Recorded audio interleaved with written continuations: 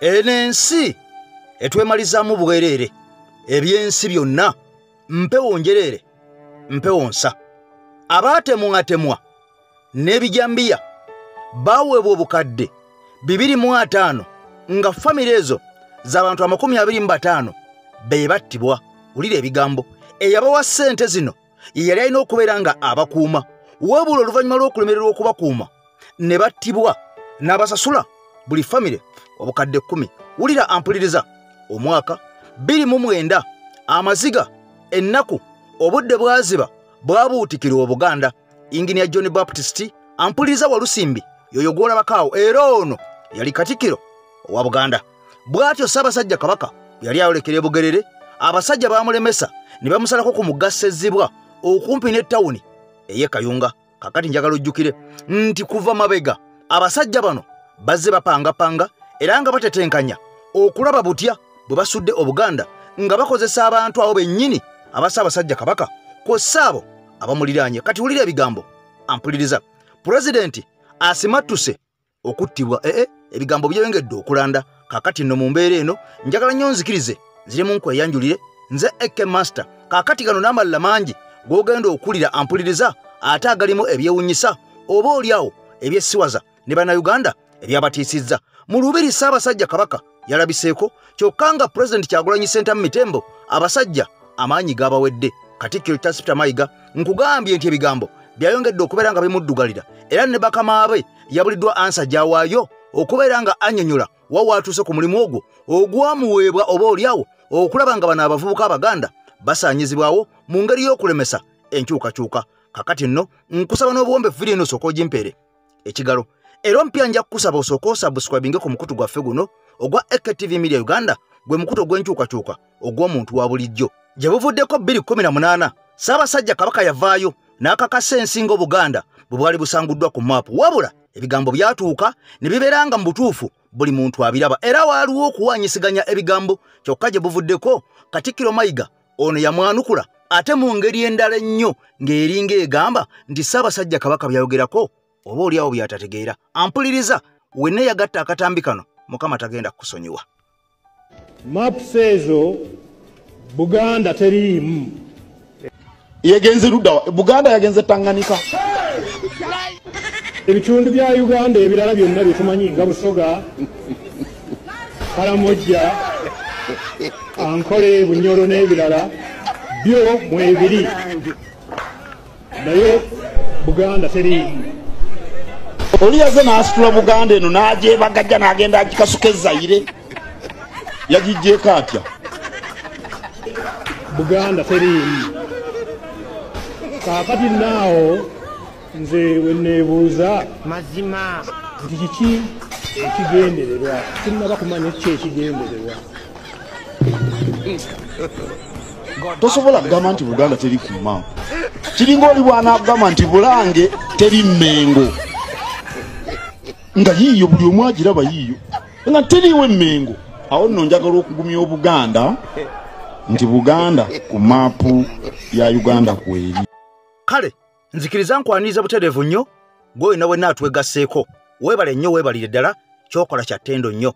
Afunye ebirungi tuyogeyoge Mukama Katonda osobole okubeera ng'omwebaza. Nawe afunye ebizibu ate tunakulira wamu naawe kubanga eyo yensi. Kaakati nga bwe mbategeeza mikwano gwange enkya n'eggulu nti edduwa ya Hajati oba olumbe lwa mama wange nga 12 omwezi guno gwe nnyini ate gwe twolekedde. Kaakati nno wulira ebigambo ampuliriza. Ssaabasajja Kabaka ebigambo ebyo yabyogera 2018 ngera bwali mulengera maaso moogi yali amaze okulengera ekigenda maaso oba oliawo nti Obuganda bwali bwolekedde okubeera nga busaanyizibwawo ne ku maapu busangulwewo. Kaakati nno gye buvuddeko omwaka guno gwe nnyini gwe tulimu wano nga tugenda mu misinde, Katikkiro Charles Peter Mayiga yazzeemu n'anukula ebigambo 2 ebya Ssaabasajja Kabaka n'aga nti ogamba otya nti maapu ya Buganda ku maapu ya Uganda teriiko ng'olyo kijjeewa era n'akakasa Abaganda nti mugume mbu maapu kweri. Kati wulira General Museveni byebimu bino byatambuliramu ebyokulya enguzi ne bannayuganda. Sooka olire ensonga which I don't know. The only problem with Uganda is they say, I have told you, but don't quote me. This is the problem. Otherwise, whatever corrupt thing you do, I know. There's nothing I don't know. Can you touch these corrupt people? if you thank the corrupt people, the government will fall. They can even bring down the government. Kale, kakati omukulu asinzira Entebbe waggulu awo akugambye nti buli muntu yenna ali enguzi mu nsi yaffe Uganda amumanyi bulungi nnyo era bigenda mu maaso temuloza ntabimanyi tewali kyatamanyi wabula wano wansi n'akutegeeza nti abali enguzi bano bw'obakwatako bayinza okusuula gavumenti bayinza okukwata gavumenti ne bagikuba ekigo n'olw'ensonga eyo baddembe okulya enguzi nga buli muntu bw'aba yagadde kakati no bulijjo mwebuuza ne mugamba nti ebintu bino omusajja tabiraba era nga mwenna mugamba mbu mwami Museveni mulungi nnyo naye abamwetoolodde nti be babi kati mu bigambo byavuddeyo n'akutegeeza buli muntu yenna ali enguzi ne basindika ssente zigende mulago okuula eddwagala ne zitatuuka oyo amumanya n'amuleka bulesi ne basindika ssente zigende zikole enguudo ennungi engumu engazi kakati ne zitakolwa bonna abamanyi ne basindika ssente zigende emisala gy'amagye olina bo obuwumbi n'obuwumbi n'akulita bonna abamanyi babyakutaaga kakati ono akugamba nti nze waakiri gavumenti yange esigala nga weeri naye nga gwe Munnayuganda oli mu mbeera embi ennyo ddala esembayo kubanga obuyambi bwandikutuuseeko ensimbi eyandikuyambye abasajja bagirya naye kitegeeza nti omusajja ono atya okubeera nga abakwatako era njagala weebuuze baani abo boolowooza abasinga okulya enguzi bw'oba obatunuulidde era bw'oba owulidde mu mawulire bitongole ki bikulemberwa baani abanene baabyo abali enguzi ne batakwatibwako nga kino kitegeeza nti mwami Museveni atunuulidde ekintu kimu ntebe ye gwe kasa tosonga ku ntebe ye oba osse bannayuganda oba olidde enguzi oba okoze musango ki ekyo takuyinaako buzibu kubanga kakasiza mu bigambo bye n'agamba tewali kikolebwa kye simanyi naddala ku bikwatagana ku nsimbi ezomewa omusolo eziyiika ttogge ng'entungo eyiika nga bw'olaba naye bw'akola bw'aba alina kyagala okuyisaawo akwata bukwasi nsimbi ng'asindika mu paaliyamenti nga bagulirira nga bawa enguzi kaakati naye tasobola kugaana bali balya nguzi kubanga y'omu ku basinga okubeera nga bagikozesa mu bannayuganda okutuukiriza ebyo by'abayagala okubeera ng'asigala mu ntebe kati bino byonna nga bigenda mu maaso owuliriza n'osigala ng'otidde n'oga nti abasajja nga bano bajje no kayinda otafiire abaayogeranga ebigambo ebinene ebikankana oba oliawo kakati essaawa zino baabulirawa bassejjusa n'abalala bangi nnyo abaana bangi abazze nga balwanirira ensi yaffe abakubiddwa ne battibwa abaana bangi abasibiddwa abasiraamu bangi abasibiddwa naye ku nsonga eno ampuliriza buloola ebigambo nga bino tosobola kubeera nga tonakuwala tosobola kubeera nga tofuna nnaku nga NUP efuuse ensonga okubeera nga ekutta omuli wummula mutukomeko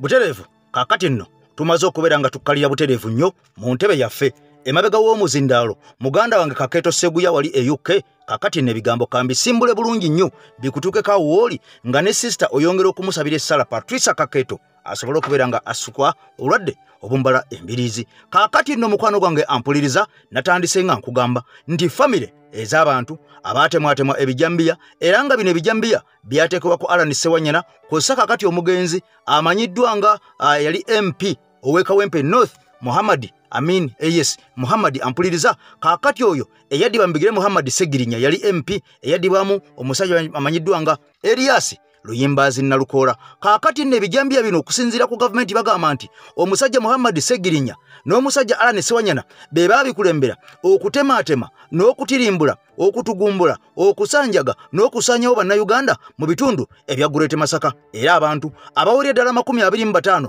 baatugumbula ne battibwa ne bagendeyo ekaganga gye baaserengeta ennyindo gye zirembekera mukoka wabula nga bano oluvannyuma nga wayisewo ebbanga mwami Museveni abayita Entebbe era nga buli famire yakiikirirwa omuntu omu bano bonna awamu n'abwa milioni 2.5 kaakati nno buli famire nga kitegeeza yagiwa milioni 10 okusasulira obulamu obw'abantu baabwe abasaanawo nga yeerabidde nti miliyoni 10 zikole ki ku munnayuganda essaawa zino kyekibuuzo ekisookera ddala kubanga omuntu oli eyattibwa olowooza yali ayamba kyenkana ki famire ye. Ekyokubiri, ensimbi ezo yaziba omulundi gumu ne kiggwa gwe gw'enku gwe gw'amazzi gwe gw'emugga nga kitegeeza nti okuva olwo lwe baafuna ensimbi zino tebaddangamu kufuna yadde n'ekikumi. Bangi baalina abaana baabwe nga wenjogerera abaana abo tebakyasoma era ng'ekyali ekintu ekikulu gavumenti eno kubeera ng'ekuuma abantu bano obutatirimbulwa obutattibwa. Mu biseera ebyakalulu mwenna mulaba buli wamu buli kanyomero buli luguudo buli nsonda buli katawuni mubeeramu amagye nga gabembedde.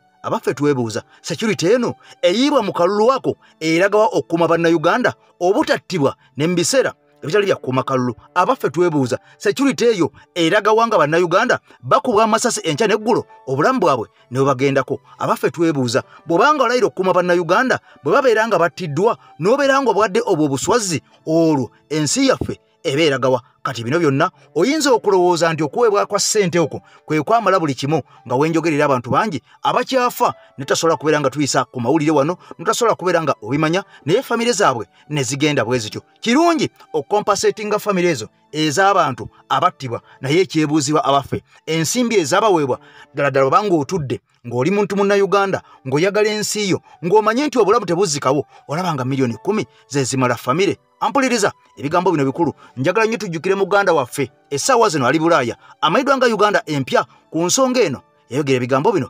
ebyatwewuniikiriza. So General Museveni yagabye milioni 250 250 million yazigabidde abo abaluzinga abantu baabwe abattibwa n'ebijambiya e Masaka. 250 million za distributingidwa between 25 families. Each family was represented by one person, and when they visited the president in the state house, buli omu yazzeeyo ne milioni 10. So 10 times 25 ze nkugambirawo nti the total of 250 million. Ninga buli omu yatute milioni 10.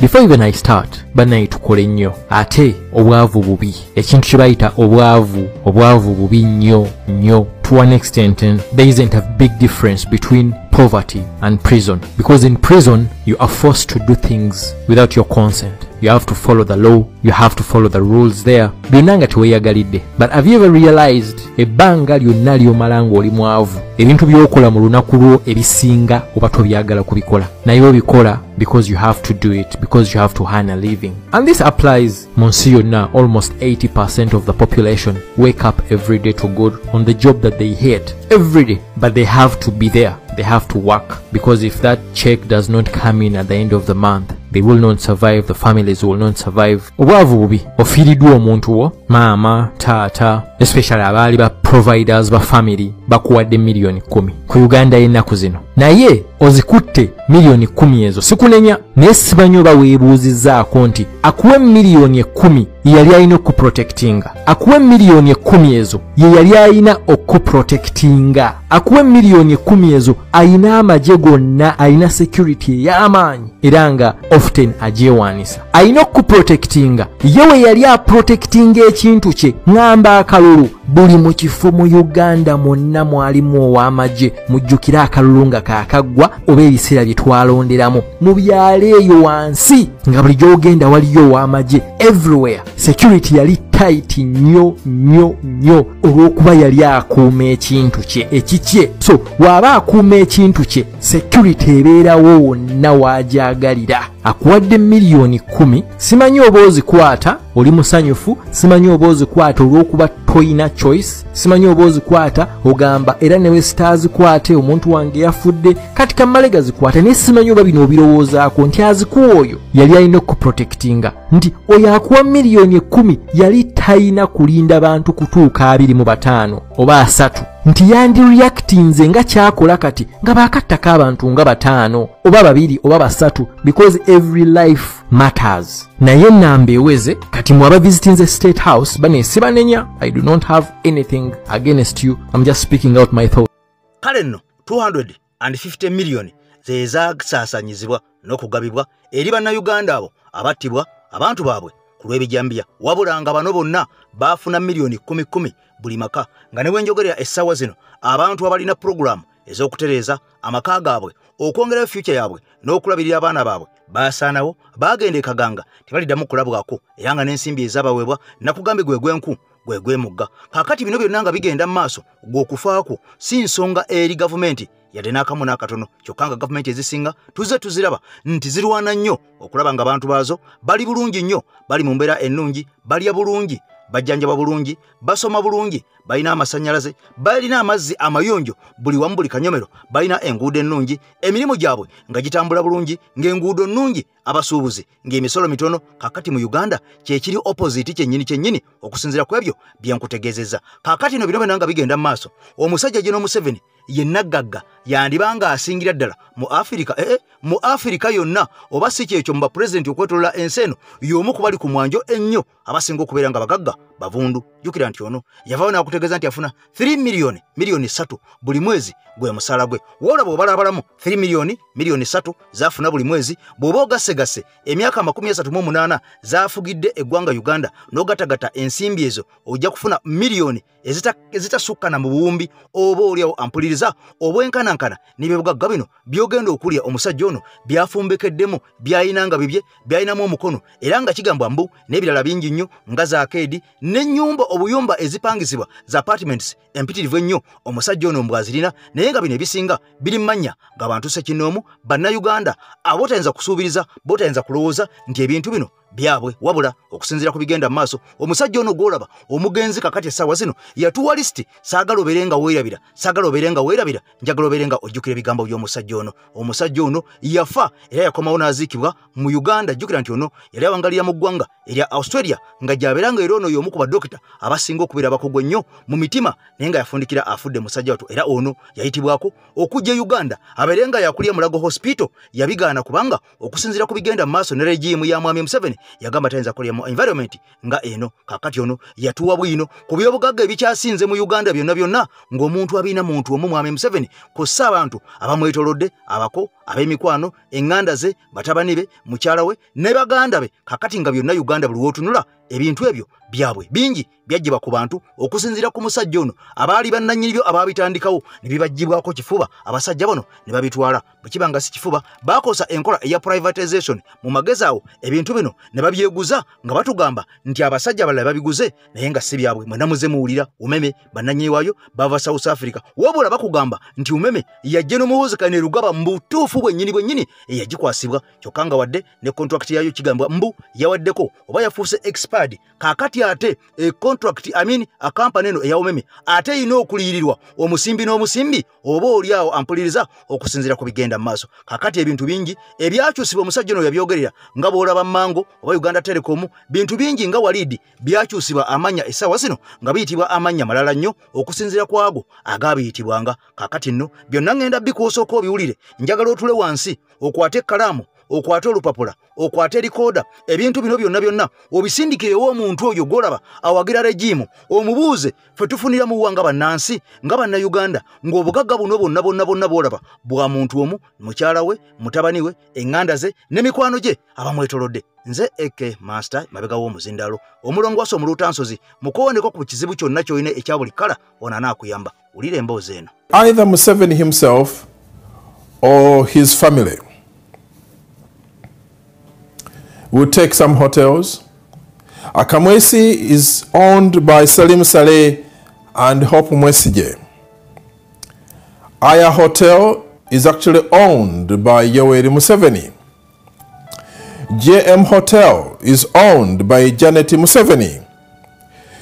Greenland Towers, owned by Janet Museveni. Roofings, owned by Janet Museveni. Samia Dairy Corporation, owned by Yoweri Museveni. Malaysian Furniture, owned by Yoweri Museveni. Nakumet Complex, owned by Yoweri Museveni. Cham Towers, owned by Yoweri Museveni. Crested Towers, owned by Yoweri Museveni. Imperial Royal Hotel, owned by Yoweri Museveni. Imperial Resort Beach Hotel, owned by Yoweri Museveni. Bidco Factory, owned by Yoweri Museveni. Umeme, which is the pain of 99% of Ugandans, with the poor electricity supply and the most exorbitant tariffs in the region, owned by Muhoozi Kainerugaba, the son of Yoweri Museveni. Uganda Telecom, owned jointly by Muhoozi and Janet Museveni. Entebbe International Airport, owned by Yoweri Museveni with some interest of Sam Kutesa. Orient Bank, Sam Kutesa. Garden City, Yoweri Museveni. Zain, Salim Saleh. Warid Telecom, Amelia Chambade. MTN Uganda, Yoweri Museveni. The ARV's Drug Factory, Yoweri Museveni.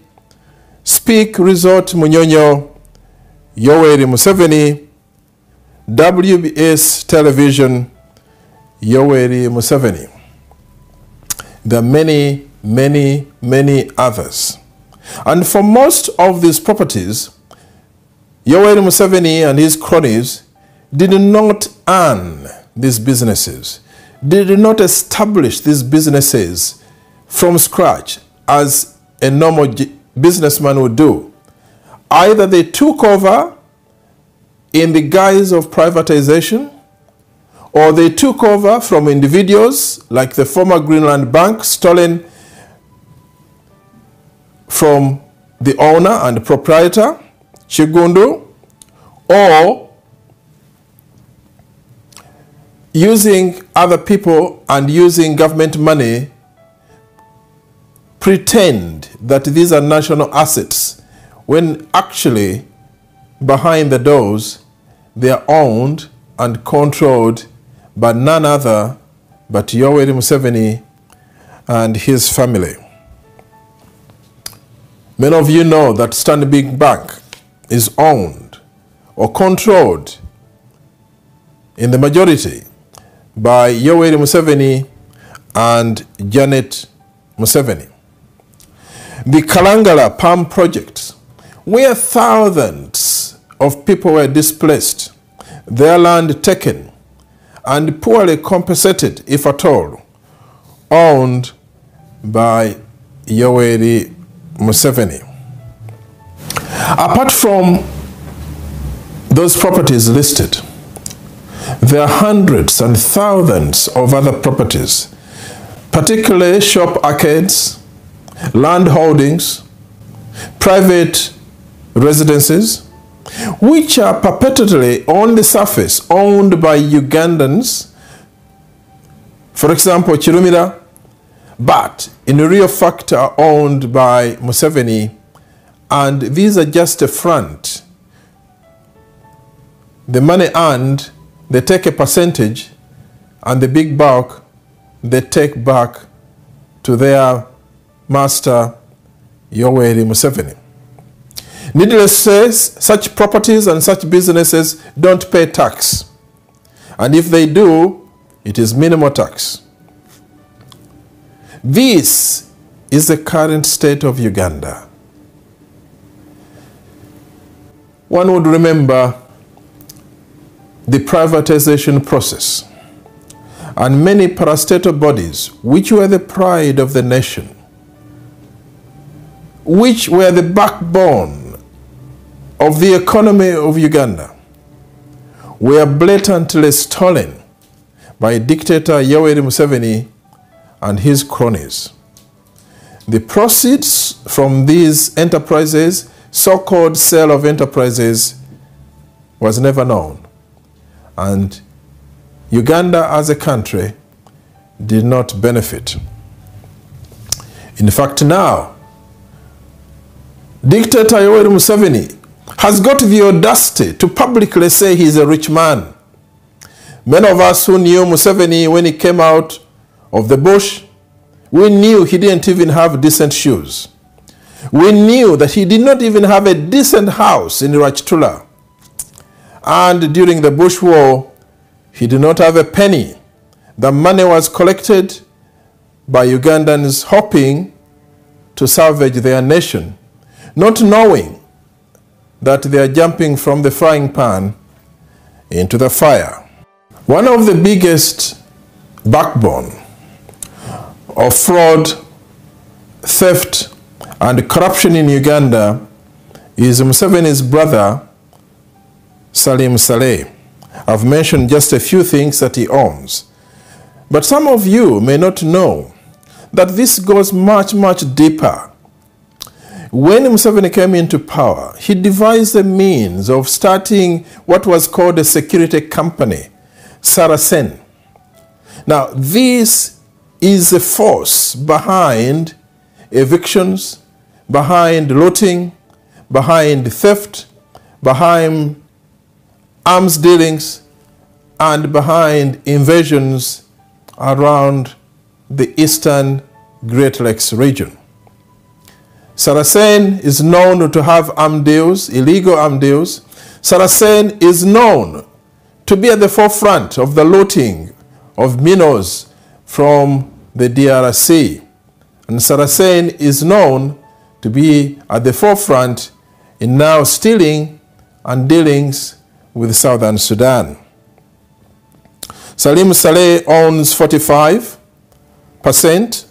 of Sarasen and Branch Energy 25%. Both of these initially were subsidiaries of a very infamous outfit called Executive Outcomes. This apparently disappeared and now is disguised under many forms, but principally under a company called Lifeguard. Fellow Ugandans, you know what is happening with the oil deals. This is a long story. You know what's happening to gold in Karamoja. This is a long story. And all these are being stolen in broad daylight without shame by dictator Yoweri Museveni and his cronies. Now, I've not talked about government projects yet, where the money either borrowed or donated or given to Uganda is blatantly squandered and stolen without shame. The Education Ministry is a good example with the primary school project, Education for All. Thousands and thousands of millions of shillings.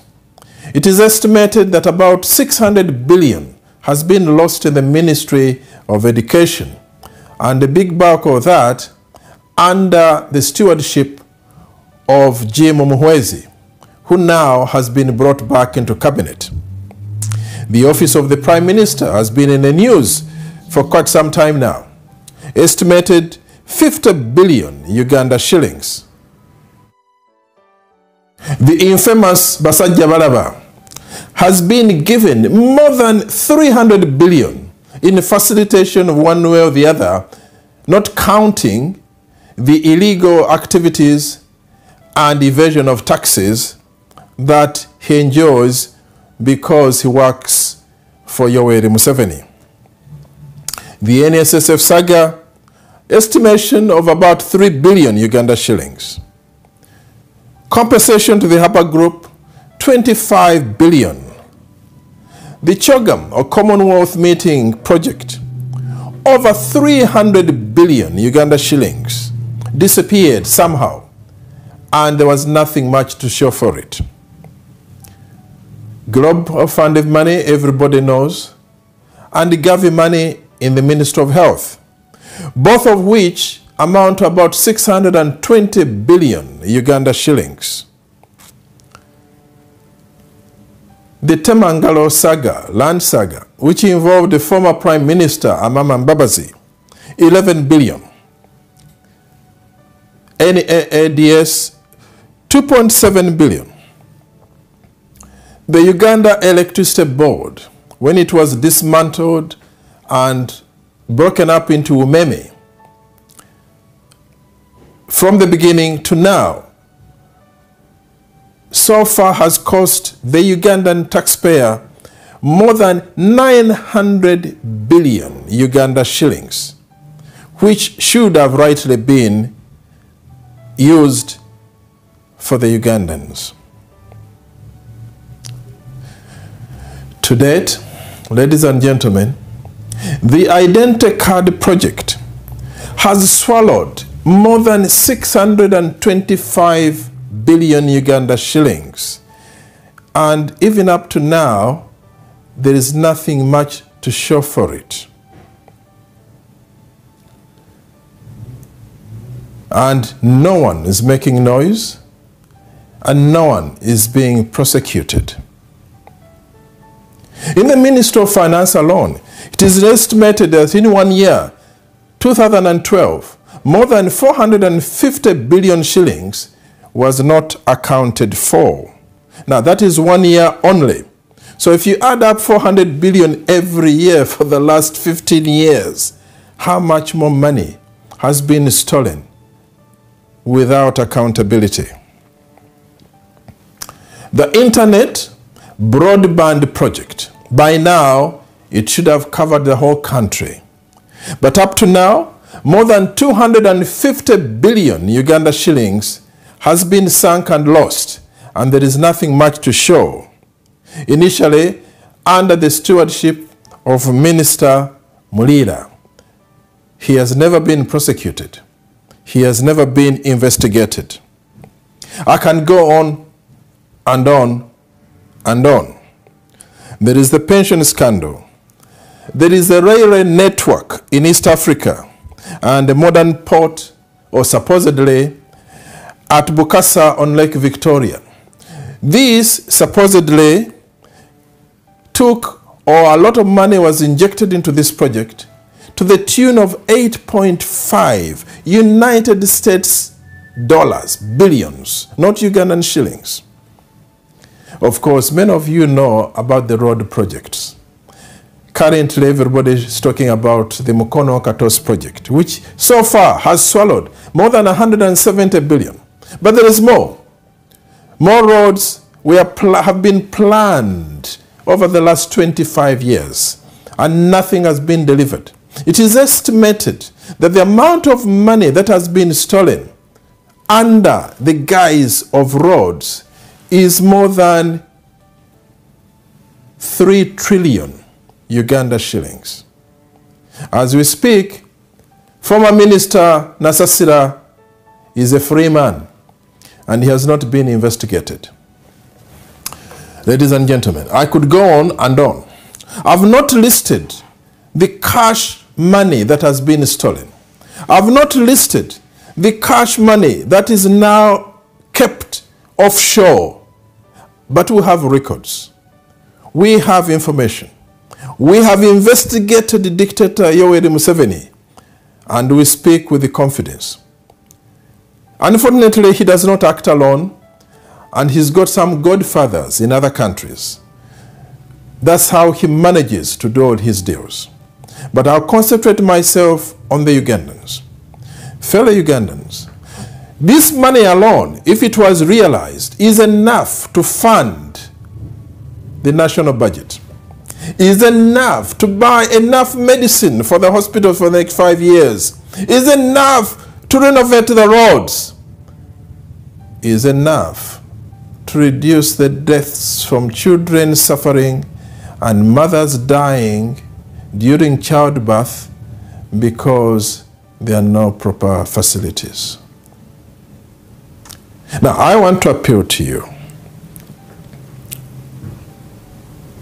Many of you have lost something. Many of you have lost land. Many of you have lost property. But this is peanuts to what the whole nation at large has lost at the hands of dictator, the chief thief and robber, Yoweri Museveni and his cronies. This cannot be allowed to continue. It's gone on for long enough. And the time to stop that is now. We cannot wait any longer. So I want to appeal to you. I want you to join me if you want a better Uganda. If you want your children and grandchildren to have a better life, to join me now. in booting Yoweri Museveni from power.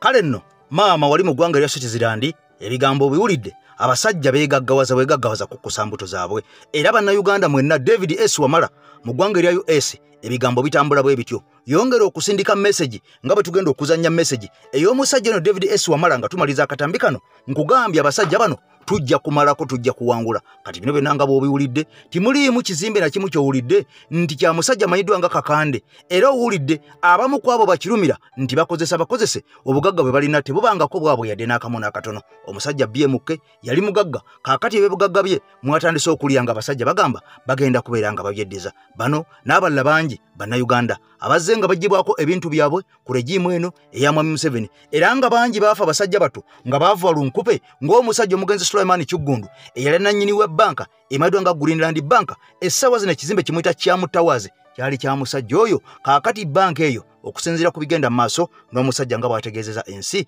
bakugambye nti awo waafuuka dda wajje n'Omuseveni ne Sale bw'obanga ebigambo tewabitegeera kaakati awo baatwalawo mu ngeri eyo ey'okugala banka eya Greenland Bank era banka eno yayambanga nnyo abaganda okubeera nga beekulaakulanya buli muganda yenna gye yali bangi baakaaba era ogenda okakkananga naye yagikuliranga oba yali nannyiniyo omugenzi Sulaiman Kyuggundu yafadda musajja atuafiira mu depression n'azikibwa wali eri entolomwe ebutambala mu district ey'ebutambala mu bitundu awo eby'eggombe abamanyi eggombe kaakati nno njagala nnyo otegere ebigambo bino ampuliriza tetubyogera kubeera nga tukakkanya abantu abo abatukulembera oba okubeera nga tuziikula obuzwina wabula twogera amazima ago ensiga erina okutegeera abantu abatasobodde kubeera nga babimanya ku mativi ku maradio naffe ntuyita n'omukisa guno tuga nti katugwa abantu bano basobole okubeera nga bategeera ebigambo bino oba oliawo ensi yaabwe nabo beerenga ebanyumira kaakati nno omulongoosi omulutansozi alina ebigambo byakugamba ebizito ddala ebigenda okuyamba wabula bwe tuvaayo tugenda genda ew'omukyalo ono ate bwe tumala omukyalo ono tugende ewa David S. Wamala atubuulira ensonga nti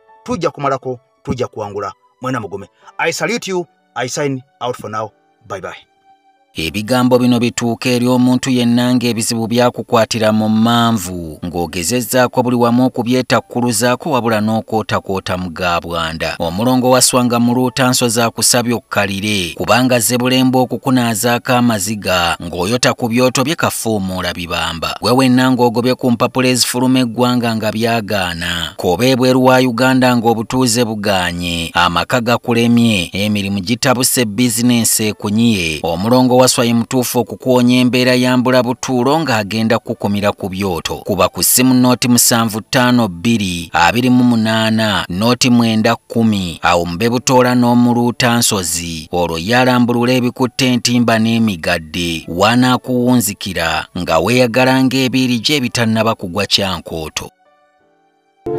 Muzeeyi Museveni ekimala kimala tukukooye tewakimanya nti wali wasooka kusiruwaza abakyala ku luno tubuuse era tulabuse njagala okukubulira okukumwamu omukazi teguggwa ojja kugenda ku luno oyagala toyagala otutidde abaana wasooka kutwonoonera babbaffe n'otwonoonera amaka abasajja ne babula n'amaanyi ne babula n'ekyokuzzaako obalumiza obwavu amaka gaffe ne goonooneka okunza abaana baffe bonna ne bafuuka bayaaye kubanga twava awaka ne tutandika okugenda okuyiiya mbu watuwa eddembe. Muzeeyi Museveni wali wasiruwaza abakazi okuwangaala ku ntebeyo.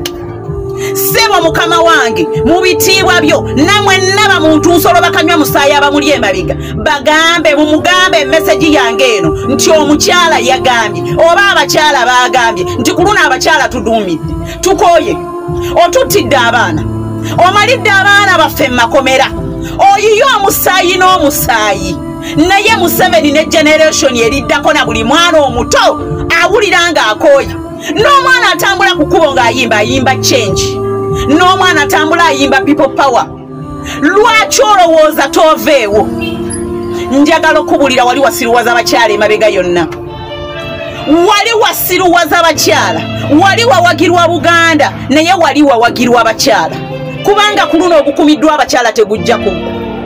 Kyotukoze kimala, otutidde abaana kimala, osibidde abantu makomera kimala, buli kibi kyonna kiri ku zo kikoze naye tukooye.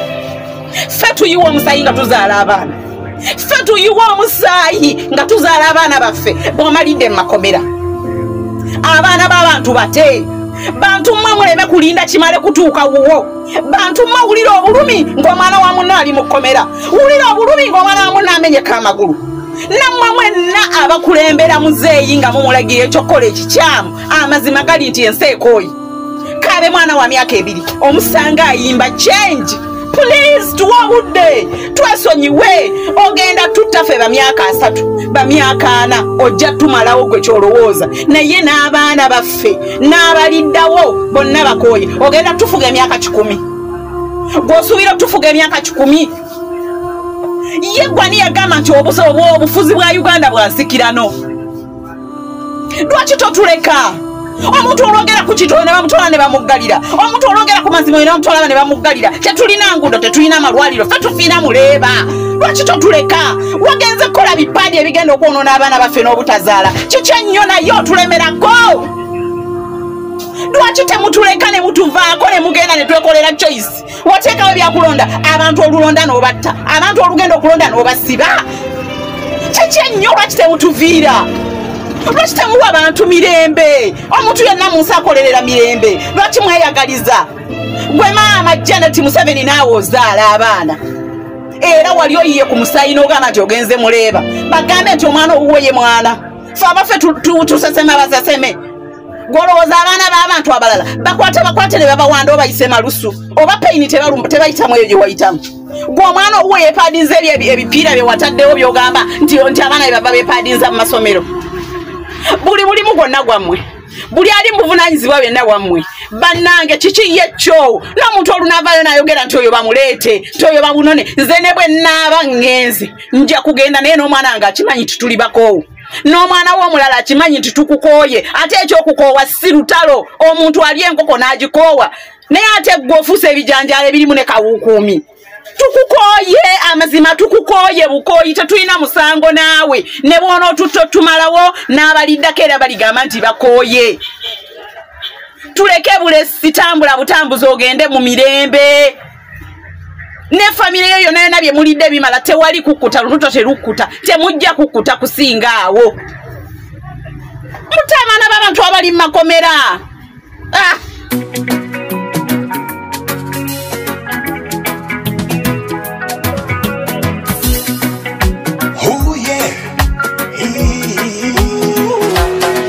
twali bagaga twalimanga mwanyi obukopa n'amayuni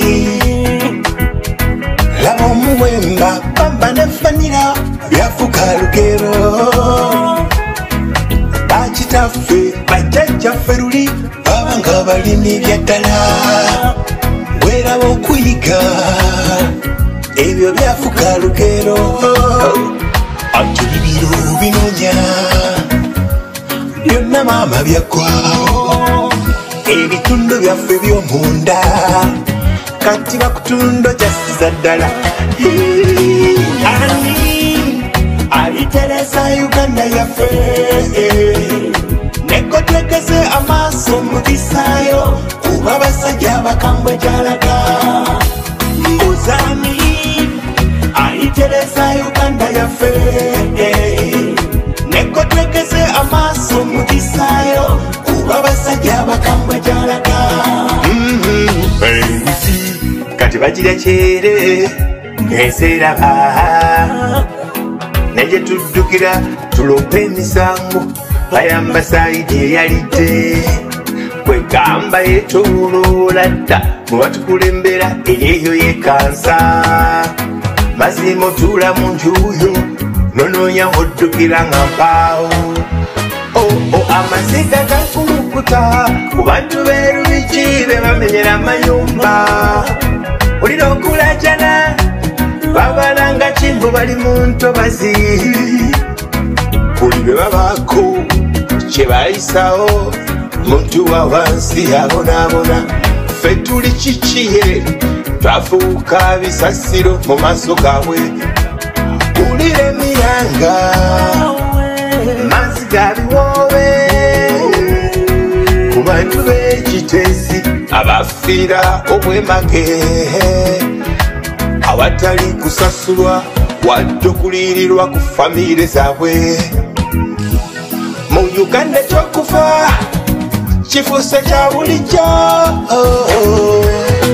ani alitereza Uganda yaffe nekotwekeze amaaso mu kisaayo kuba basajja bakambwe gyalaga mbuzani alitereza Uganda yaffe nekotwekeze amaaso mu kisaayo kuba basajja bakambwe gyalaga twasomanga kuleke kyoga leke Victoria zonna lekeza kwawo obuvubi aloba bulinyamu twafunanga baluwa za kyalo ne kaadi z'ekyalo ngove noderi mwaka ku mwaka wetaaya kati byonna byagwawo byafuuka byalizi kaadi ofunayo etaano bwekikwako tokyali munauganda yadde ebisaawe by'ennyonyi byetwalina saako n'ennyonyi zaabyo byaddawa twajja kusaawa n'obwe twafuna amafuta kaseera katono katiga muntu ani alitereza Uganda yaffe nekotwekeze amaaso mu kisaayo kuba basajja bakambwe gyalaga mbuzani alitereza Uganda yaffe nekotwekeze amaaso mu kisaayo kuba basajja bakambwe gyalaga